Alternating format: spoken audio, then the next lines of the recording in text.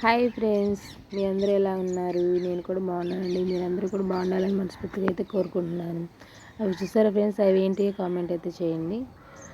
మేమైతే నాటుగురక అంటాం ఫ్రెండ్స్. గ్యాలానికి అయితే పడ్డాయి అవి. ఇక నేను వాటిల్లో కొన్ని 10 అయితే తీసుకుని క్లీన్ చేసి కర్రీ అయితే వండుదాం అనుకుంటున్నాను ఫ్రెండ్స్. అలా క్లీన్ చేసుకోవాలి శుభ్రంగా, నీట్గా తోమేసుకోవాలి. అంటే తోలు తీసుకునే వాళ్ళు తీసుకుంటారు ఫ్రెండ్స్. నేనైతే తోలు తీయలేదు, మామూలుగా తోమేశాను, క్లీన్ చేసుకుని తోమేసుకున్నాను. తోలు తీస్తే అంత టేస్ట్ ఉండదు ఫ్రెండ్స్. మేము చిన్నప్పటి నుంచి తింటున్నాం కదా, ఆ టేస్ట్ ఉండదు. అందుకే తోలు అయితే తీయలేదు. తోలు చేసుకుని శుభ్రంగా తోముకొని క్లీన్ అయితే చేసుకున్నాను.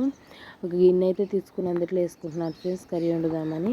మేమైతే ఎప్పుడు చేపల కూర అయితే మాత్రం చేపలు చిన్నవైనా పెద్దవైనా సరే కలిపెట్టే వండుతాం ఫ్రెండ్స్. మా చిన్నప్పటి నుంచి మా అమ్మ వాళ్ళ కాడ నుంచి మా అమ్మ వాళ్ళు చిన్నప్పటి నాటి మా చిన్నప్పుడు ఎప్పుడు పెద్దవాళ్ళు అలాగే ఉండేవాళ్ళు కదా ఫ్రెండ్స్. మీకైనా ఉండే ఉంటారు.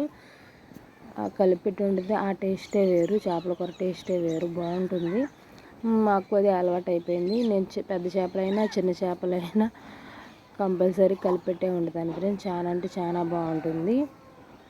మీరు కూడా ఒకసారి ట్రై చేయండి. ట్రై చేసి నాకు కామెంట్ చేయండి ఫ్రెండ్స్, మీకే తెలుస్తుంది. కలిపెట్టి అయితే వండుతాను. చూడండి, ఉప్పు, ఉల్లిపాయలు, పచ్చిమిర్చి, కారం, అల్లం వెల్లుల్లి పేస్ట్ అయితే వేసేసుకుందాము. అయితే పచ్చిమిర్చి చూడండి చేయండి, ఇన్నేసింది పచ్చిమిర్చి ముక్కలు అనుకుంటారేమో. పచ్చిమిర్చి మాత్రం కంపల్సరీ చేపల కూరలు ఎక్కువ వేస్తాను ఫ్రెండ్స్. ముద్దకే పచ్చిమిరకాయ తగులుతుండే ఆహా భలే ఉంటుంది. చాలా అంటే చాలా బాగుంటుంది. ముద్దకి తగులుతూ ఉంటే ఆ పచ్చిమిరకాయ టేస్ట్ కూడా భలే ఉంటుంది. ఉడికి చాలా బాగుంటుంది. అందుకే పచ్చిమిరకాయ చేపల కూరలో మాత్రం ఆల్మోస్ట్ పచ్చిమిర్చి ఎక్కువ వేస్తాం మేము.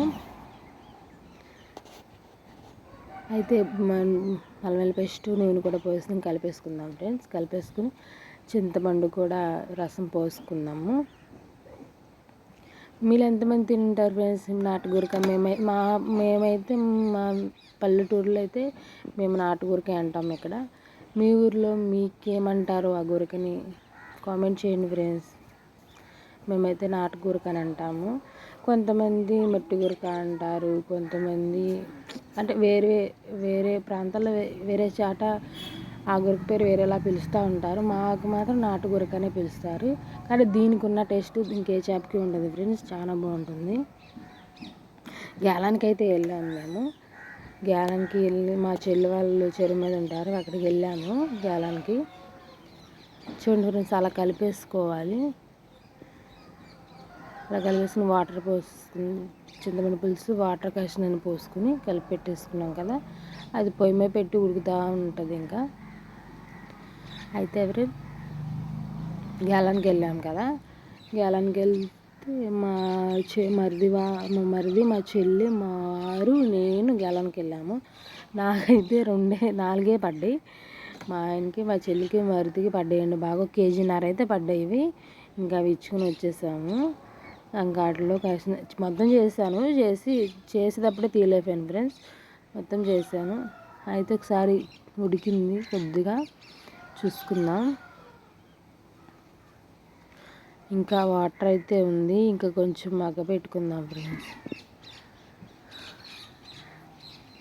పడ్డాయి. ఇంకా అయితే తెచ్చేసి అయితే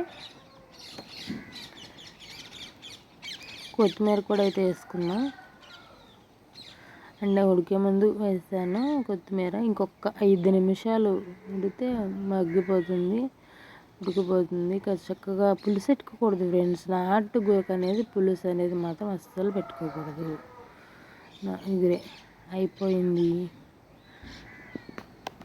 అలా బుడగలు వస్తూ నూనె తేలిందంటే కర్రీ అయిపోయినట్టే friends.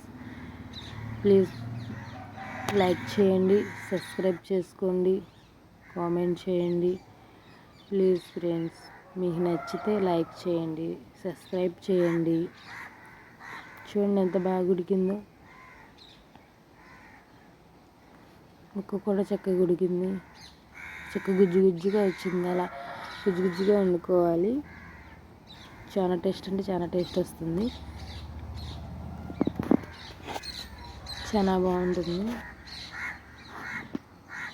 Thank you so much. Subscribe అయితే చేసుకోండి ఫ్రెండ్స్.